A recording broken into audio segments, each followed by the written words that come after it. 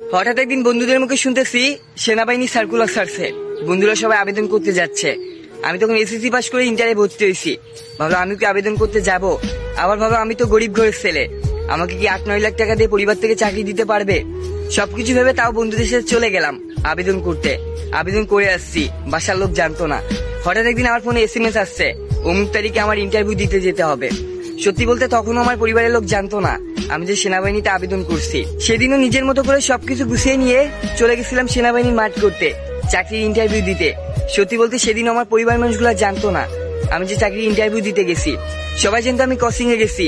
ঠিক প্রতিদিনের মতো 11টার সময় কোচিং শেষ করে বাসায় চলে আসবো।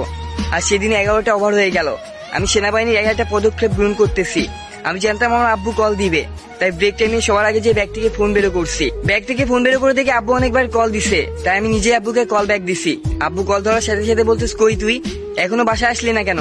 12টা বাজতে গেছে, তুই জানিস না বাসায় অনেক কাজ আছে, মাঠে থেকে গরুর ঘাস আনতে হবে, এখনো ঘুরে বেড়াচ্ছিস কেন? আমি বললাম আব্বু আসতেছি, তাই বলে কলটা কেটে দিছিলাম। সত্যি বলতে তখনও আমার সেনাবাহিনীর একটা মাঠের পদক্ষেপ চলতেছিল। আমি নিজেকে নিয়ে ব্যস্ত ছিলাম, কি করবো বুঝতেছিলাম না। দেখতে দেখতে বেলা 3টা বেজে গেছে।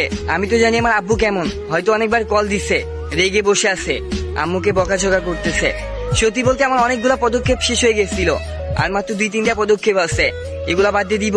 আমি সবগুলাই টিকে গেছিলাম। লাস্ট ফিনিশিং আর 2-1টার জন্য আমি বাদ দিয়ে দিব, বাসায় চলে যাব। আমি সবকিছু ভুলে যেয়ে নিজের চাকরির উপর ফোকাস করলাম, ইন্টারভিউতে ফোকাস করলাম। সত্যি বলতে দেখতে দেখতে 5টা বেজে গেছে। বিকেল 5টার সময় যে জানতে পারলাম চাকরির সবগুলা পদক্ষেপ শেষ। এখন যারা সিলেক্ট হয়েছে তাদের নাম ঘোষণা করা হবে। সত্যি বলতে 5-6 হাজার মানুষের মধ্যে মাত্র 13 জন টিকেছিলাম। আর এই 13 জনের মধ্যে 3 জন বাদ দিয়ে দিবে, 10 জনকে তারা সিলেক্ট করবে। একে একে সিলেক্ট করা সবার নাম ঘোষণা করতে শুরু করলো। 6 জন পার হয়ে গেছে, আমার নাম বলতেছে না। আমি তো ভয় পেয়ে গেলাম, বাসে যেয়ে কি বলবো, এতক্ষণ কোথায় ছিলাম আমি। সত্যি বলতে 7 নাম্বার নামে যে আমার নামটা বললো, অনেক খুশি হয়ে গেছিলাম, আমার চাকরিটা হয়ে গেছিল।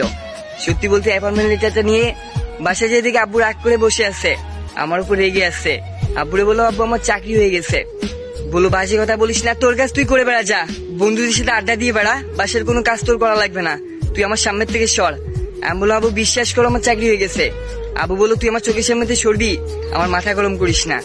আমি বললাম আব্বু বিশ্বাস করো না, আব্বু এই দেখো আমার চাকরি হয়ে গেছে। অ্যাপয়েন্টমেন্ট লেটারটা আব্বুর হাতে দেওয়ার সাথে সাথে আব্বু সবকিছু দেখে আমার মুখের দিকে তাকায় আছে। আব্বু চোখ দিয়ে টপ টপ করে পানি পড়তেছে। আব্বু আমার জড়ায় ধরে বলতেছে, কত অকর্ম ঢেকি বলে তোকে গালি দিছি, আমার সেই অকর্ম ঢেকিটা আজকে চাকরি পেয়ে গেছে। আমি বললাম আব্বু চেয়ারম্যানের কাছে যেতে হবে, তার একটা সই লাগবে, অমুক তারিখ থেকে আমার জয়েন।